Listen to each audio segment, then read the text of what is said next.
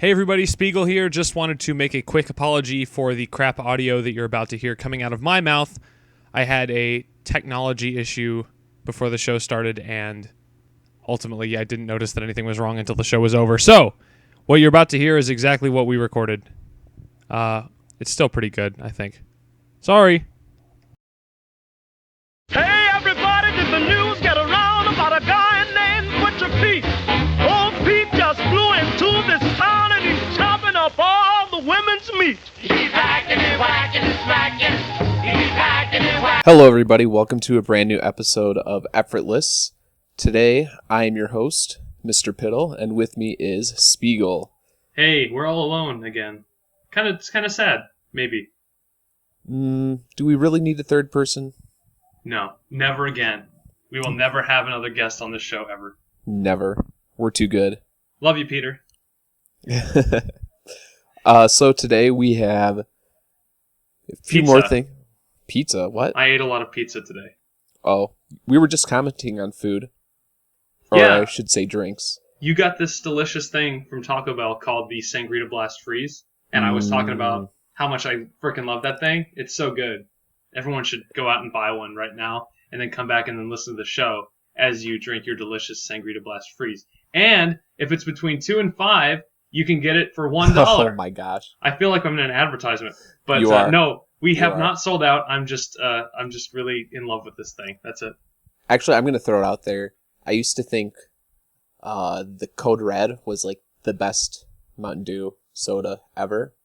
And then You realize that it's just regular Mountain Dew. It's just red. No, then Sangrita Blast came out, and that overtook Code Red for the greatest Mountain Dew of all time. I remember they had one back in the probably early 2000s called Livewire, and it was like orange or something, and it was so good. Don't they still have that? I feel like They they might. do. It tasted kind of like oranges, and it was really, really good. And my parents banned me from drinking Mountain Dew because I got all hopped up on caffeine when I was like 10. And yeah, classic. Now I can try drink all not the to Mountain drink Dew I too much want, so soda. suck it, Dad. Yeah, but you don't, do you? No, I don't. But if Oh. I wanted to, I could. So So we're just bring gonna on the kidney stones. we're gonna get today started with those games that you like to play while you're drinking your Mountain Dew Livewire or Game Fuel, Call of Duty. whatever it is. And what have you been working on this week, Spiegel? So for 5252, it's been a while since we've done Actually, this. yeah, it's been a 2 or 3 weeks actually. Yeah, ever since our birthdays, actually. So we've had a lot of time to kind of digest, play some games and all that stuff. I can't even remember what we talked about last time, but I finished 3 games. I finished Phoenix Wright Ace Attorney for DS, Yoshi's Story for Nintendo 64, and WarioWare Twisted for Game Boy Advance. The last 2 are replays for me. So I took 2 of... I've now done like 3 of my available like 13 replays for the year. So I figured I'd play some familiar stuff. Now, WarioWare Twisted was such a good game. Yes, it was. It might be in my top 50.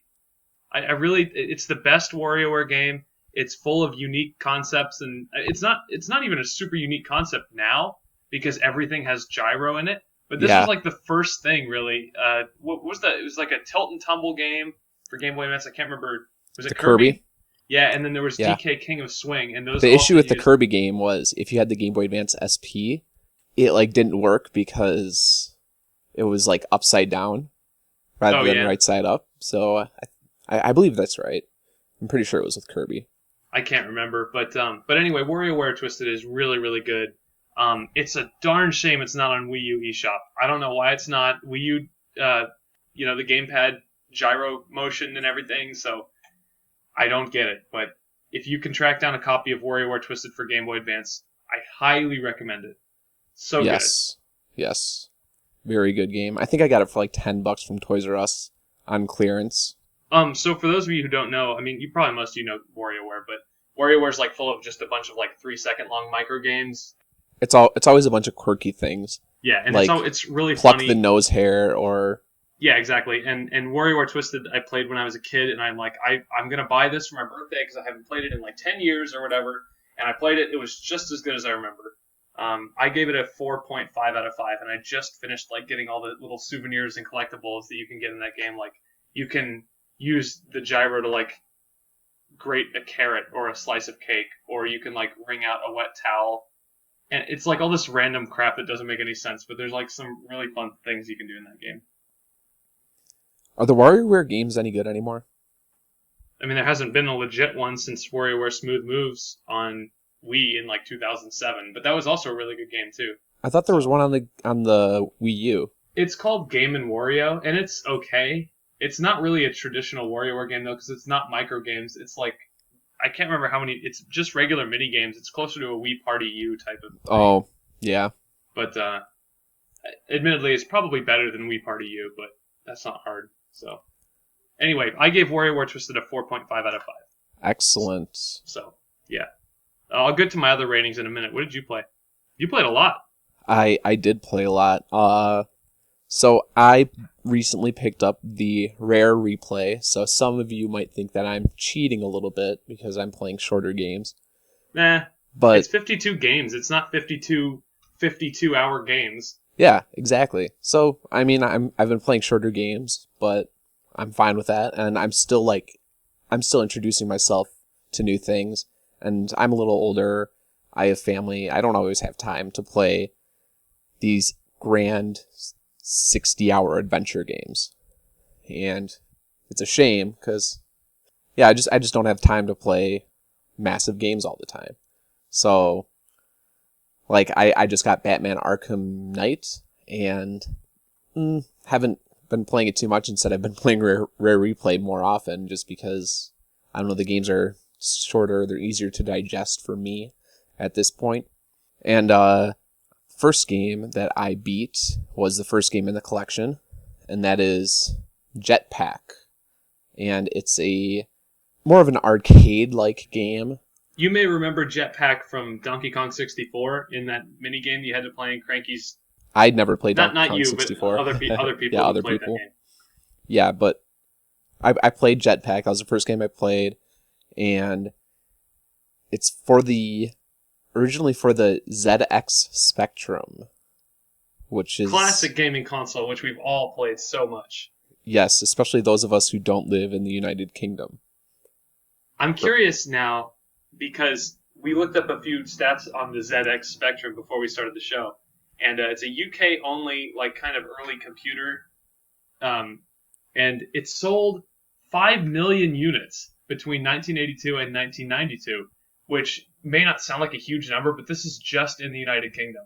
Yes. And that's crazy, because there's only like 60 million people in that country. And my first comment was, I don't think the Wii U has sold that much. And it hasn't. Not in the UK.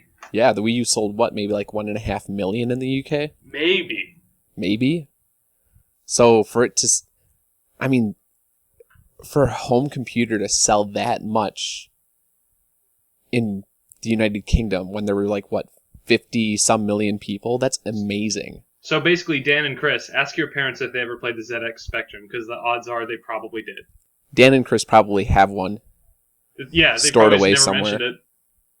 But like for me, I'm like, I can't believe these games actually existed. Like Jetpack, it's a simple like arcade-like game, more in the vein of, you know, like Donkey Kong Arcade or Pac-Man Arcade, where it never really ends. You just keep bringing your score up and up and up and up. So there's not really a end of the game in the traditional sense. So I sort of based how I beat it on the achievements that were in the Rare Replay collection. And fair. It was just like score a certain amount of points, get through so many levels, or get through all the levels. And what you pretty much do is, I guess it's more like a balloon fight. If you've ever played Balloon Fight, more people. Yeah, might that's be a familiar really good comparison, I think. And you sort of like fly through the level. You can shoot lasers, or you're like an astronaut, and you have like a rocket pack on your back, and you fly throughout the level and shoot lasers, trying to kill kill any enemies that are on the screen, and you collect your parts. Or you collect the parts to your spaceship. Like there's 3 parts to your spaceship, and you have to collect all 3 parts, and then put them together, and then you have to fuel your spaceship, and like fuel occasionally, like randomly, thing of fuel will drop from the top of the screen, and you have to grab it. Other bonuses and stuff too. Yeah. Yes. Yeah, bonus point objects to collect, and the only issue is it's not like a side scroller, it's just like a single screen. If you go off the right of the screen, you come out the left side, you go out the left side, you come off the right side. But the problem is all the enemies come from the corner of the screen.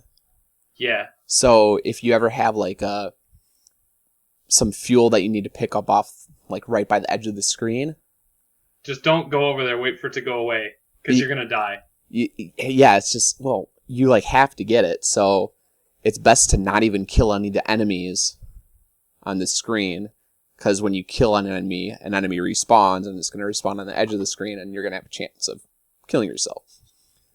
So that was one of the more annoying things, but other than that, it was an incredibly charming, fun game. Like, I was genuinely surprised at how much fun. It's surprisingly addictive, huh?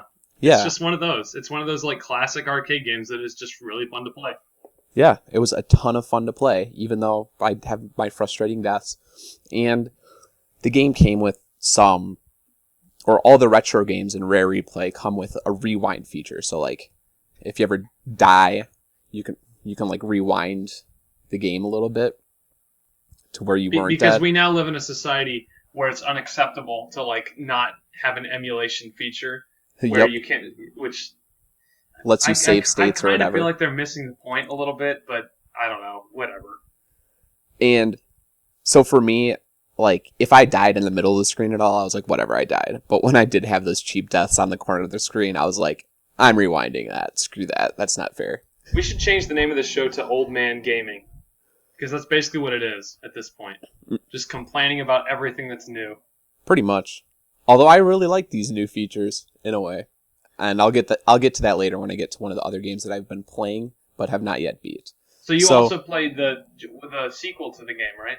Yes. Well, wait, what did you do? You have a score for Jetpack, or is it the kind of game you can give a score? Can you review a game that's so simple? I don't know. Like what would I give like that Pac-Man arcade game? Like, what would you give Tetris? I'd probably give it a 5 because it's perfect. Right? I mean, I don't know. It's so hard to... Jetpack, There's beauty in simplicity. Me personally, I would probably give Jetpack like a 4 or a 4.5. And that's exactly what I was thinking. I was thinking a 4. Not a 4.5, just because it's a little bit too frustrating. There's there's limitations. There's not... I mean, even though it's a limited system, what was accomplished later with that same ZX Spectrum. Sorry, not the ZX, the ZX, even though it's spelled ZX. Even though it's like a limited in power system, what they were able to accomplish later with the same home computer is really impressive and like really detailed.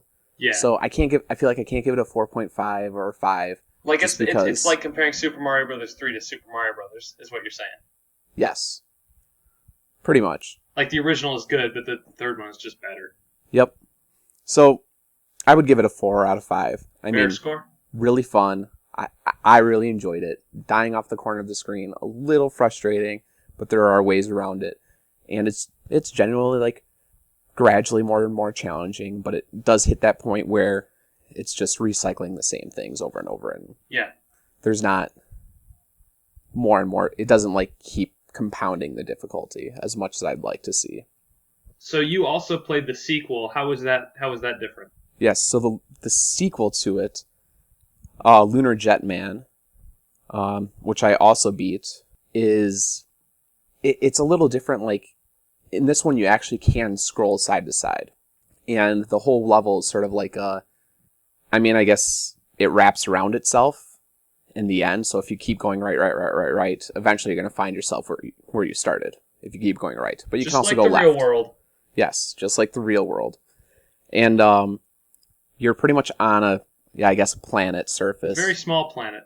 You have a like lunar rover or whatever that you can like get in anytime you want. And the lunar rover, one of the nice things about it is the lunar rover you're invulnerable while you're in it, pretty much. Like, all the enemies and aliens flying across the screen cannot kill you. And there are gradually more and more levels where it gets more and more difficult, where the enemies will like either move faster, or there's more enemies that are programmed to like take a beeline straight to your character rather than just floating around up there. Yeah, just like floating around in like a zigzag pattern or a straight pattern. So the motivation for not being in the rover is, one, you need to get out of the rover to fill any craters so your rover can drive over them.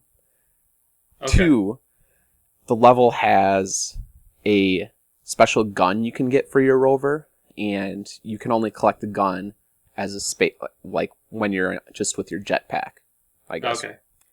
And then 3, there's always a timer in Lunar Jetman, and the timer is constantly going down. And when it gets to 0, there's an alien base on the surface that shoots a missile at your rover, and you have to shoot, like, if it shoots the missile, you have to shoot down the missile with your character. You can't shoot it down with your rover.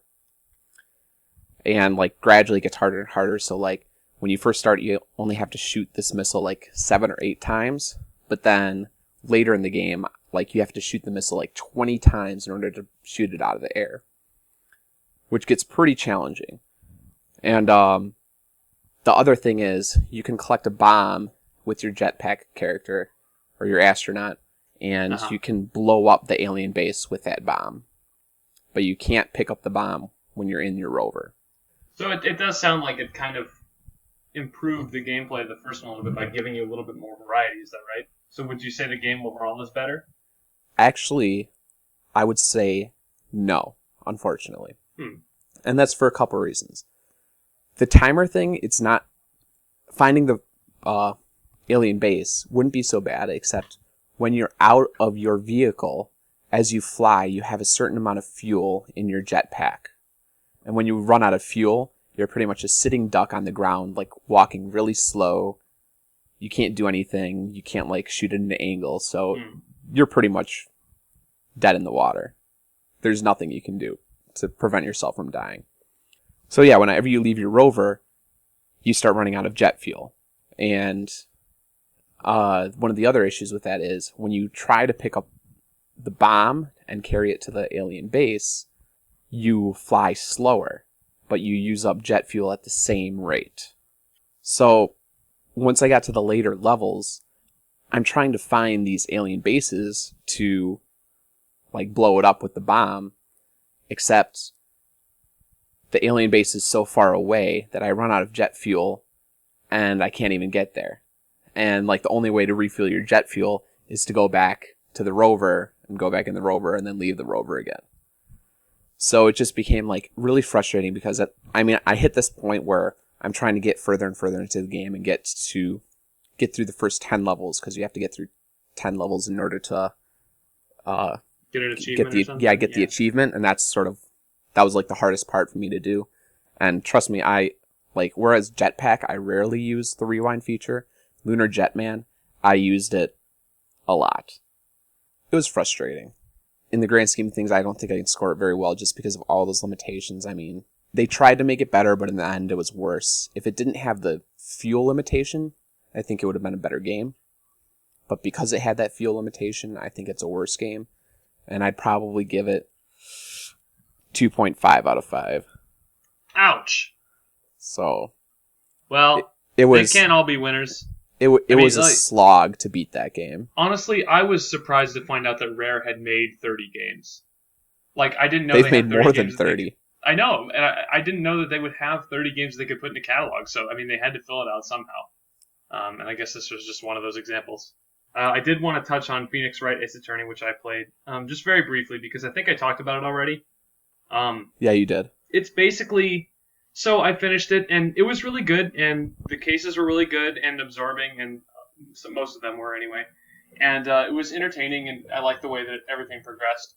But I did have a problem with the fact that you couldn't speed read the dialogue, and I know everyone's like, well, you have to read everything to make sure that to make sure you didn't comb over anything. And that's fine, but then include an option to go back and look at stuff again. so I realize that it doesn't really make a whole lot of sense in the grand scheme of things to be able to do that in Phoenix Wright, because a lot of it involves, going to the crime scene and, and doing the in-court stuff. And a lot of that is fun, but ultimately it was bogged down by so much unnecessary dialogue and, people I didn't want to talk to and all this. And also your partner is generally very irritating.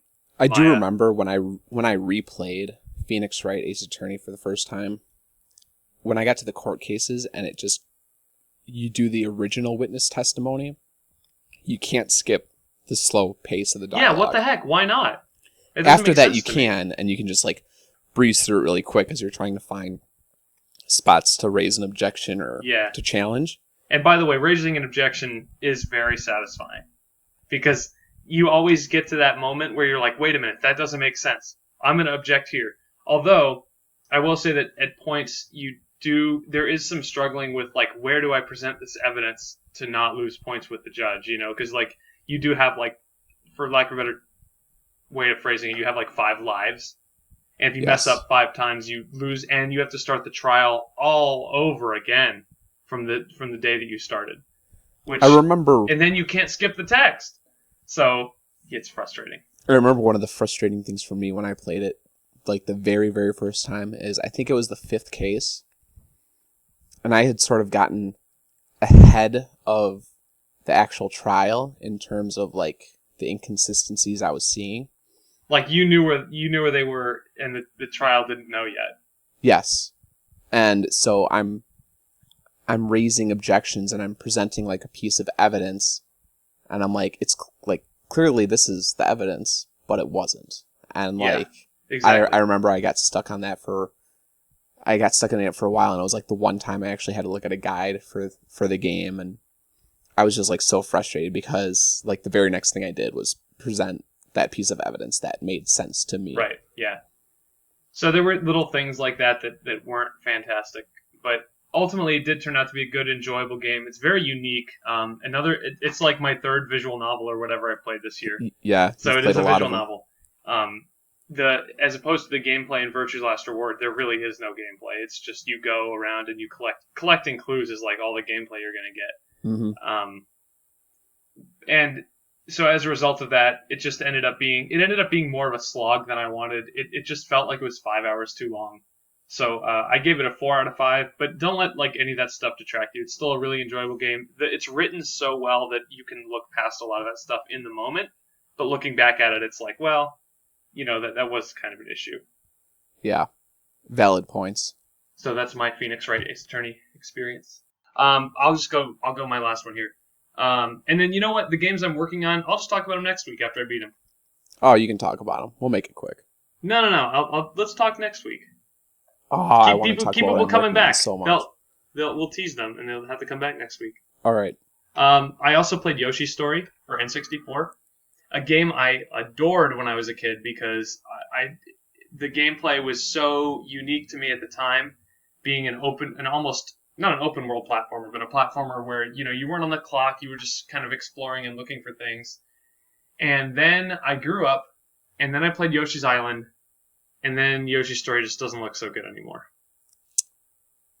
which is a shame because I wanted to love it. Because I've always been the guy who's like, Yoshi's Story is underrated. Nobody appreciates it for what it does. And it does do some good things. The visuals are excellent. It's a gorgeous game on N64.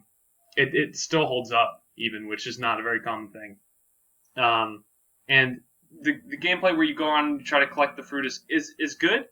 But the problem is that there's just too much fruit out there, so there's really no challenge at all. And the game is not hard at all. I beat it in about 35 minutes. That was one playthrough. You can play through multiple times to experience more levels, which I did. I did it a few more times. But around the 3rd time I beat it, I'm just like, what? I'm just kind of done.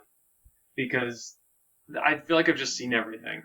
Mm-hmm. So, yeah, that's Yoshi's Story. I gave it a 3 out of 5, because it's not bad. It's just kind of whatever. I can understand that review. I've seen people play it before, and... You've never played it? Nope. I've only watched some friends play it before, and it just didn't seem particularly challenging. Yeah, just take all the bad things about Yoshi's Island, and then you have Yoshi's Story, basically. Yeah. So, next game I played was another ZX game. What? Really? Yeah, 3 of them. You didn't mention that. Attic Attack. Attic Attic Attack Attack. is another ZX game. And this one, of all the games I've played, is bar none my favorite. Of all the ZX games I've played so far. And it's essentially like a giant Zelda dungeon. And you know I love Zelda, so obviously, like, huge plus there. Yeah. And, trying to describe it, you're sort of in a, I guess, like a haunted mansion, or a giant mansion, I guess I would describe it as, with secret paths and whatnot to find, and your character has, like, one weapon that he can, like, shoot out, sort of like the sword, but unlike Zelda, he can actually shoot it in all 8 directions. Uh-huh. And he can walk in all 8 directions, too. So it was almost... Wow, that's advanced for the time period. I know. I think it was like a 1983 game, and it was doing things that... Now I'm going to have to look up screenshots for this. It was doing things that Zelda hadn't really done until... Ooh. What would you say? A Link Between Worlds? With yeah. With 8-directional attacks and movement. I would say that's correct, yeah.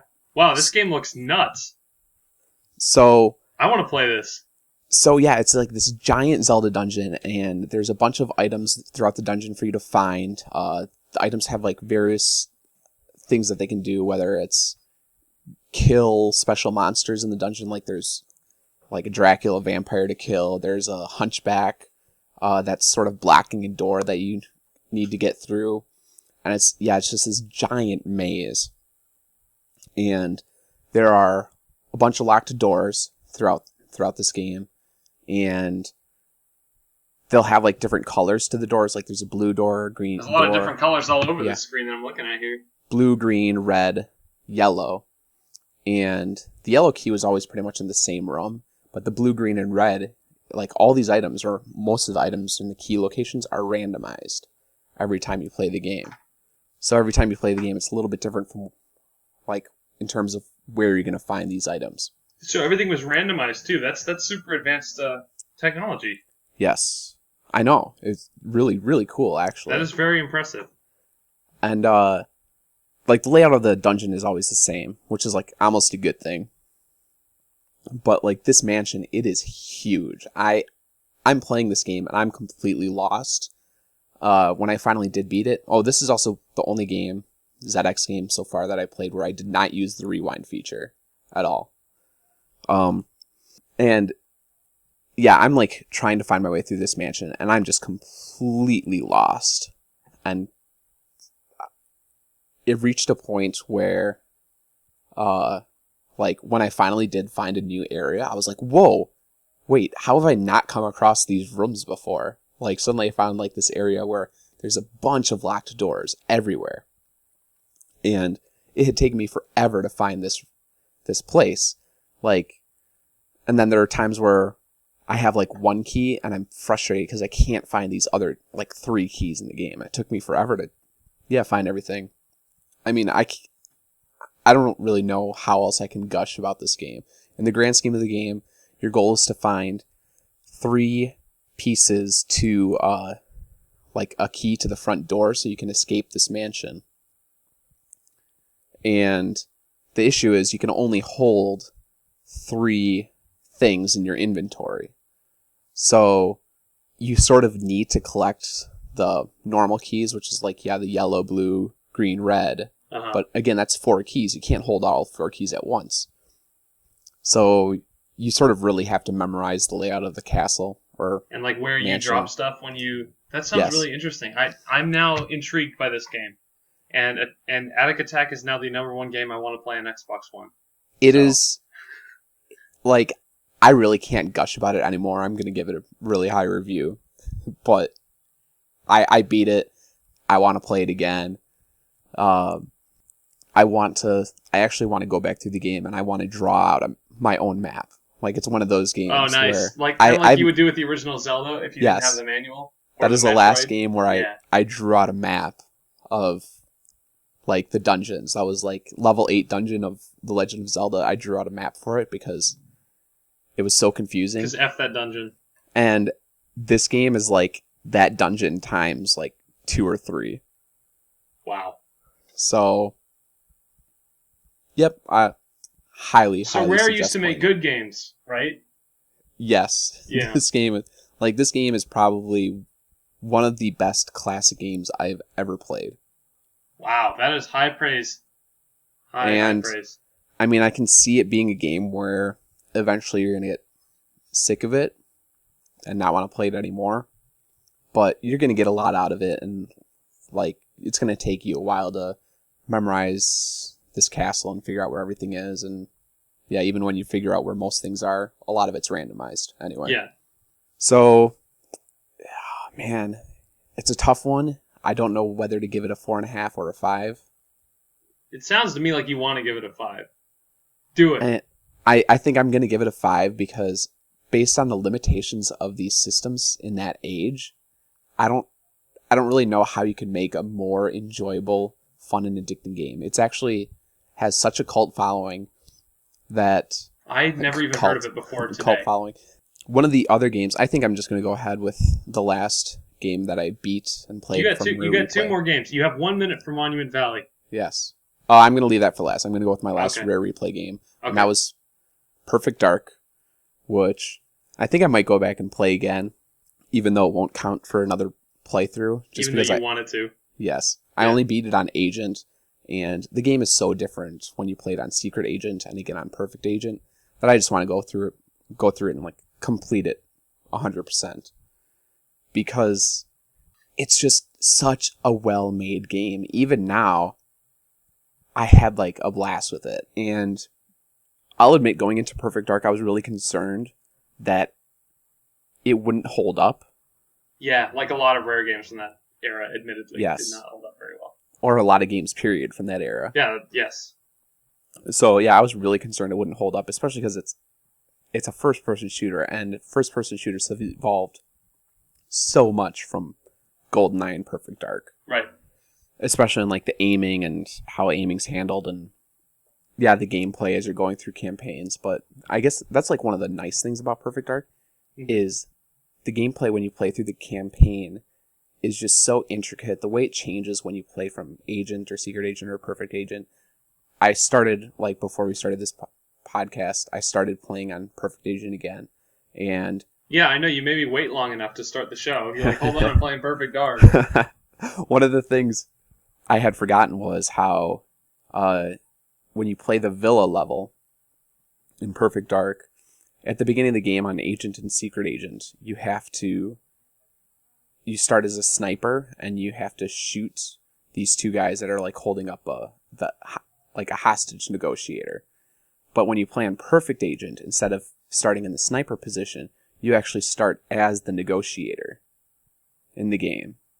So it just like throws these weird little, or like clever, awesome little twists, and you learn so much more about the levels when you play on Perfect Agent. That is really Secret cool. Agent. I've never played Perfect Dark, but you just made me super excited to play it and 100% it. So I am going to officially make that one of the games I'm going to play for 5252 this year. Excellent.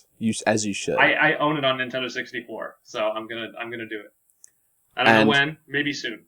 One of the other things I really liked is just how well they translated the controls to the I guess it's the 360, because it's technically the 360 game running through backwards compatibility on the Xbox One.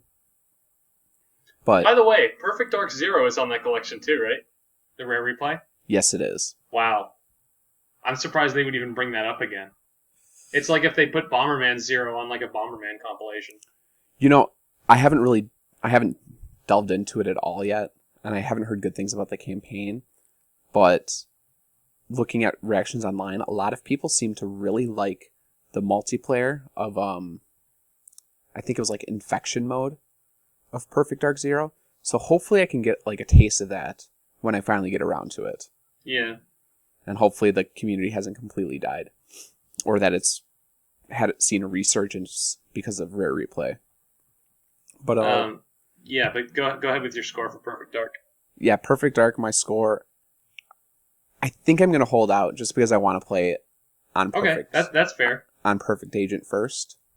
And yeah, I just feel like it wouldn't be fair of me to give it a full review without playing it on Agent. But really good game. Yeah, I can't wait to delve back into it. And then last game I beat. Are you done with your games that you beat? Yeah, I only had 3. I'm playing right now Beautiful Joe on GameCube and Tearaway on, drumroll please, PlayStation Vita, ladies and gentlemen. Yes, you I will finally tell got you a Vita. little bit more about that story in a while, maybe next week. So tune in next week for my PS Vita stories. Last game I played was Monument Valley, which is a mobile game, so shockingly.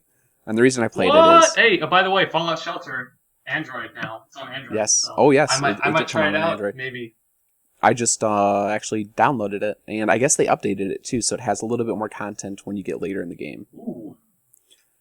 So, Monument Valley, I actually ended up purchasing for my Android just because I was stuck out of the city in a hotel, and I realized I forgot to bring my 3DS or PlayStation Vita.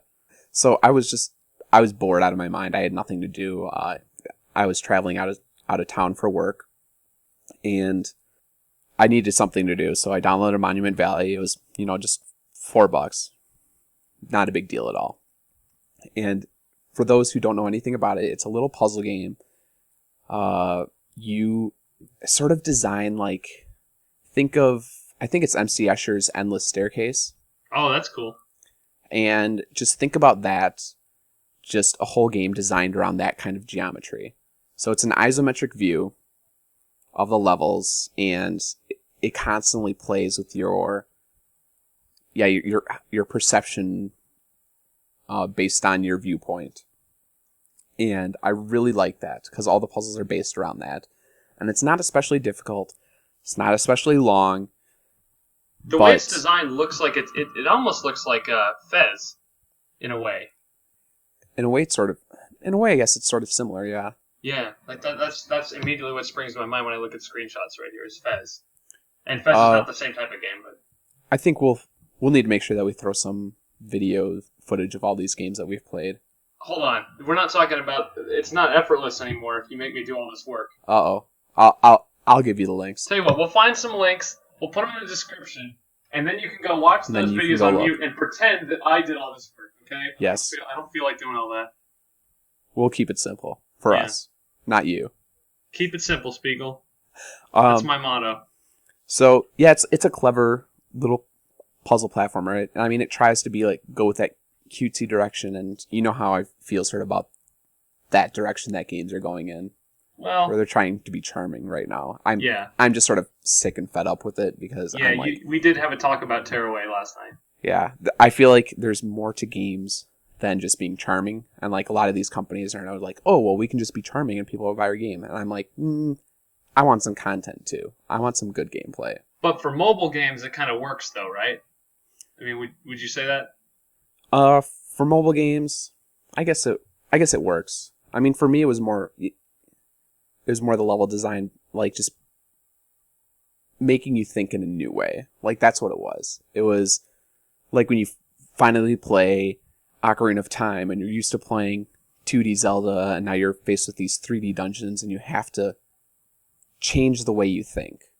Or when you play Portal for the first time, and again, you have to change the way that you view things. And that was sort of Monument Valley. It sort of makes you change the way that it changes your perspective on how to solve these puzzles. And none of them are especially difficult. But in the grand scheme of things, it was a lot of fun. $4. Good way totally to kill an worth it. afternoon, I mean, is what you're saying. You are better off spending $4 on this than spending $4 on a Sangrita Blast. No, that's wrong, actually. On your Sangrita Blasts. On Game of War or Candy Crush or any of those awful games. Yes. So, don't buy Game of War. Yeah. Please Kate Upton's she's not even in the game, people. Monument Valley has as much Kate Upton as Game of War. Actually, I think she is in the game. I may be misrepresenting, but she might be. I really don't know. You don't buy the game. You just stare at Kate Upton. You just pay to win. Yeah. Don't support mobile games like that. Support mobile games like Monument Valley. It's a pretty cool game. So my teaser for next week is... You got 5 games this week and you're still trying to take a teaser? What a jerk. Well, hey, come on. You teased. This is like 40. This is like 45 minutes of 52 games. This is crazy. This is out of control. I love it. I love it. I love it. A lot of games for you people to keep your eyes on. My teaser for next week is I am more rare replay games. It is a tongue twister. Try saying it 5 times fast. Rare replay. And one of them is billed as one of the hardest games of all time, and another is a classic. And I actually, when I was younger, I played the sequel to this classic and hated it, and have sort of judged my entire perception of this series on the sequel I played. Which, if it is the game that you're talking about, you were totally wrong to do. So. But I have it from multiple sources that I maybe should not have done that. So I'm playing the original in this series, and yeah, maybe I'll beat it next week. And no, it's not Viva Pinata. Or is it? It might be. All right, that's enough of that. Yeah. We have more to talk about. Man, I can't believe the show's still going. We got tons more stuff to talk. I don't think we're going to get to everything. I don't think we will either. Well, you pick. What do we want to do? Do we want to do bucket list? We've been teasing it forever. We've been teasing the bucket list for too long. I think it's time for some bucket list. It is. Insert cool jingle here about bucket list. We are going to give... You know what? We should just make this a weekly thing. Yeah, but we're not going to do a sounder or anything like I just did. We're just going to go, it's time for the bucket list. And then we do the bucket list. Who added Corey in the House to the JRPG section of this? I'm looking at the effort list, and Corey in the House is on my thing here. I should have never given this link to Dan. This is a terrible idea. Dan loves it. All right, I'm going to go first. So, and what we're going to do every week is we're going to add one list. I'm falling apart. We're going to add one game to the Effortless Bucket List. And, yes. You all have to play them. Or, alternatively, in the comments, you can talk about your experience playing these bucket list games. Because what's a bucket list, right? It's something you have to do before you die. So these are the most important video games, right? Is that what you would say? Absolutely. Yeah. So, the effort bucket list. So, Spigel, go ahead. Go with your first game. I'm really excited to hear this. So I should mention that as we add games to this list, we shouldn't say that these are necessarily our favorite games, but or not necessarily even the best games in their individual series or whatever, but that they are incredibly important to whatever genre they belong to. They did something huge for the gaming industry, or they're so good that they just must be experienced. It's all in that general area. Mm-hmm. So my first game is actually, ironically, it is the best Mario game ever made, and it's Super Mario 64. Absolutely. This is an amazing game. It's so worth experiencing. It revolutionized 3D platformers so much so that we were still dealing with fire and ice worlds like way into the 2000s, and a desert world and all these different types of. Please remake it. Please remake it. A Mario 64 in HD would be so unbelievable. Like with tighter controls and everything. Yeah, yes. I can't even. As much as my wife hates N64 graphics, I think I could get her to play this game. Yeah. Mario 64, a legend of 1996. Made that year one of the best years of the 1990s. Definitely. And, yeah, I should mention... Make that game with a better camera. I should mention, I think that was the first game that used Charles Martinet as the voice of Mario. So I think it was. I think it might have been. So there you go. It's an even better reason to play it. Because you hear that, it's a me! And it's just like, oh my gosh. So good. And you can play with Mario's face on the title screen. Just everything about that game. I love it. I love it. I 120 stars to collect. Legit 3D platformer. The original, ladies and gentlemen. The original 3D platformer. Yes. I mean, if you know anything about Mario 64, true, I don't care. There's... I forget his name, but there's one guy who has pretty much become obsessed with that game, and he has been going through it and just pretty much breaking it in every way possible. He's like researched how to manipulate the items and the code within the game, like while playing it. I mean, he's pretty much, what is it called? Like hex editing while playing the game. And he's found ways to like there used to be a coin that was uncollectible in, I think, what level was it? Little Big World, I think it was. And whatever it's called. I don't think it's Little Big World. It's not Little Big. That's a little too familiar to a Sony franchise of some kind. Which is overrated, by the way. But yeah, the giant world, or the non-giant world, I think it is. And there's an uncollectible coin in that level, like within the geometry, and he found a way to collect it. I don't even know how. And he's doing all sorts of other things. Like there's this one area in the game, I think it's in one of Bowser's levels at the end. And if you don't know, whenever there's Goombas in Super Mario 64, they spawn in groups of 3. And late in this level, there's only 2 Goombas on this platform. And the third Goomba actually spawns like at the very bottom of the level, and it's considered an unkillable Goomba, and he's tried to find ways to kill it, and has pretty much come up with the conclusion that you can't. But he's done a lot of cool things with how he's played this game. He was able to beat the very first level without touching the joystick. What? Like, what? Yes. I don't even understand. Okay, whatever. This guy's crazy. He found a way to beat it only using, like, the backflip or the jump and the jump kick, and yeah, it's insane. Or the punch. I don't even know how. It makes no sense. By the way, it's called Tiny Huge Island. Tiny Huge Island, okay. Tiny Huge Island, yeah. I'm looking at screenshots, and I want to play the game right now. I really want to play Super Mario 64 right now. Yeah, do it. And you already played it this year. I don't want to use another replay so soon, though. We're a quarter of the way through? I don't know. This officially is week 18. This is the end of week 18, so yeah. This is the 14th of August when we're recording this. I've beaten 20 games. You've beaten 15, is that right, Piddle? Something yes. like that. So I'm gonna, I don't know, maybe. We'll see. I think we get a total of... You said 13 replays, which is a quarter? No, it's not 13. Yeah, that's 13. Right? At 52? Yeah. Oh, well. 13 hearts in a deck, so yeah. But anyway, Super Mario 64, I mean, if you haven't played it, it really... Like, I would probably put this above almost any game that exists as a must-play game. It's not perfect, but that's only because future Mario games continued to improve upon what had already begun in the 3D platforming realm, which at the time was so revolutionary and so like this was the first game I ever played. I was like 3 years old. My neighbor had just gotten the Nintendo 64, and I was over at his house, and I remember distinctly running through that little boulder section of the first level, Bob-on Battlefield, and it was just so amazing, and everyone should get to experience that.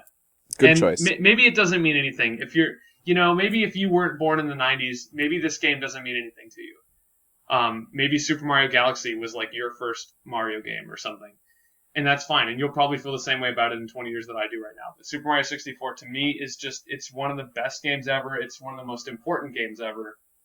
Boom, bucket list. I'd like to see you top that. Good luck. Well, we talked about my choice at the beginning.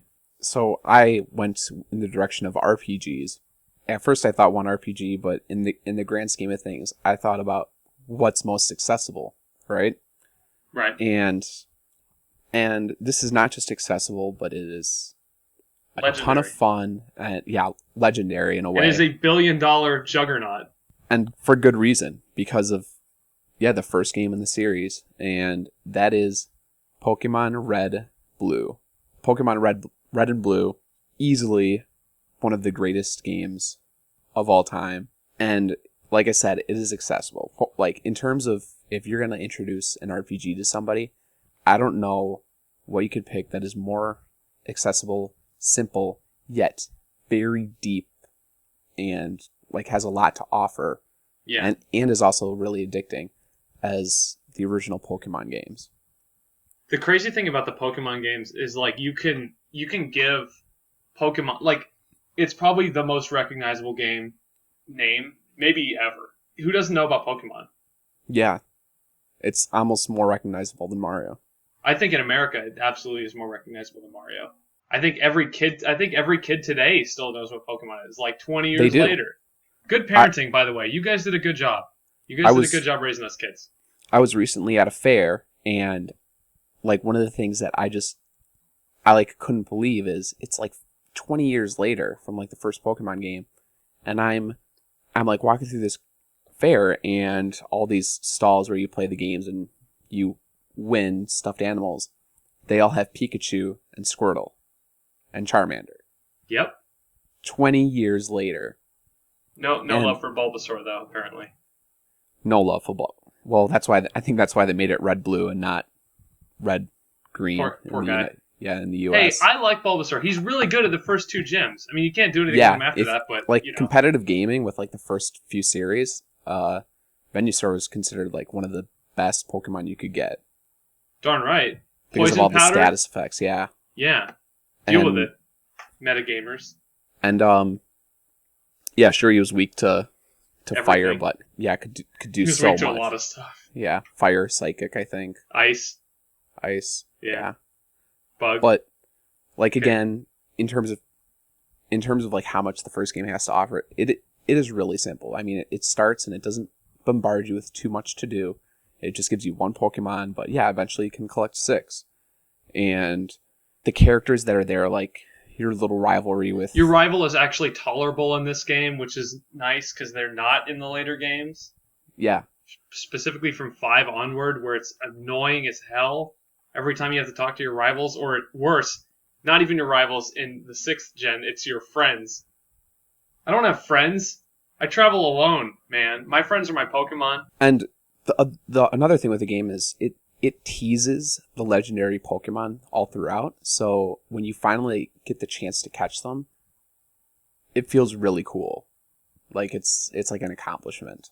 And there's only 1, so it feels really special. And it's just devastating if you don't. There's 4. There's the... No, I mean, there's only 1 of each, I mean. Oh, yeah. Yeah, there's only 1 of each.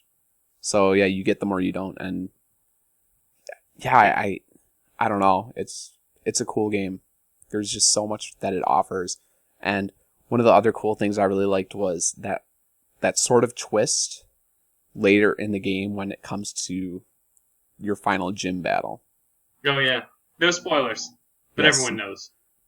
Well, anybody who's played Pokemon. And if you haven't, well... What are you doing? It's on your bucket list now. Yeah, absolutely. Pokemon Red and Blue and Super Mario 64. I'd say that's a pretty good way to kick off this thing. 2 amazing games that came out within like 2 years of each other. Yeah. Back when Nintendo was frickin' everything. King. Although they were losing it a bit at that point because of Sony and stuff. But Yeah. Pokemon really brought it back to the forefront. They weren't losing when it came to portable. They're still not. Yeah. Nintendo dominates the portable space. Well, they're sort of losing to those stupid mobile things. It will be an interesting conversation to have regarding Nintendo's future next week when we talk about it on Effortless. This is a show you're not going to want to miss, people. NX Talk next week. Next week. We've been putting it off forever. We were In going to fact, do we it were going to last talk week. about it today. We were going to talk about it today. And last week. But then Piddle talked for 15 minutes about Jetman. Well, And then we lost the thread, I couldn't help it. You talked the Attic longest Attack. about the worst game. What is wrong with you? Oh, I don't know. I was just making really sure you don't want to play it. Okay, well, that's fair. But Attic Attack, play it. Would you say that's the worst game you've played this year for this thing? Lunar Jetman? Yeah. Yes. I think mine is either Crash Bandicoot or that Spirit Camera game. It was really disappointing, too, because like, I really liked Jetpack. And Lunar Jetman, I just can't stand. That's too bad. But then it came back. Rare came back. Boom. Attic Attack. So good. Yeah. So and Perfect choice. Dark later, like 10 years later. Man. N64, and that era, that late 90s era when we were kids, so good. Do you think there's a little bit of like bias there? Or no? Or are we crazy? No. No? It's hard Again, to say. like I said, like I was afraid I was going to play Perfect Dark again and that I was going to hate it. Like I was Yeah, I was that's true. certain I was just gonna be like, oh, these controls can't do it anymore, and not the case at all. I mean, I had to make adjustments to the controls in the settings to get it to a point where Yeah. I liked it, especially with like the sensitivity of doing the fine-tune aiming. But once I did that, I don't know, it was just a ton of fun. So what's next week, man? We got Beautiful Joe, we got Tearaway, we got some of your games that you already teased, we got NX Talk, and NetX. answering your questions to the doctors, maybe. Maybe. Well, yeah. Thanks everybody for listening again. If you did enjoy this show, like, comment, subscribe. We need more people to listen to this because if we don't, then what are we doing? I keep seeing in the comments, people are like, oh, I don't understand why people aren't listening to your show. I It's because you're not sharing. It's because you're not sharing it. You jerks. You're not sharing it. We're so ungrateful. Thank you guys for listening. You guys are the best. Like, we have a really good fan base. I love our fans. They're so good. They're obsessed. They follow me on Twitter and they track my every move and they probably know what I'm eating for lunch today. I keep needing to figure out how I can comment on our YouTube videos with just my phone and not do it under my real name. I'd rather do it under my handle. Wow, so secretive. I know. It's a massive secret. Thanks for listening, everybody, and we will see you maybe next week, maybe the week after, probably next week. Yep, next week. Have a good one. For Spigel, this is Piddle, and this is Effortless. This was Effortless. Packing and packing, he keeps packing and whacking and slacking. He just whack, chopping that meat. But your Pete's got a long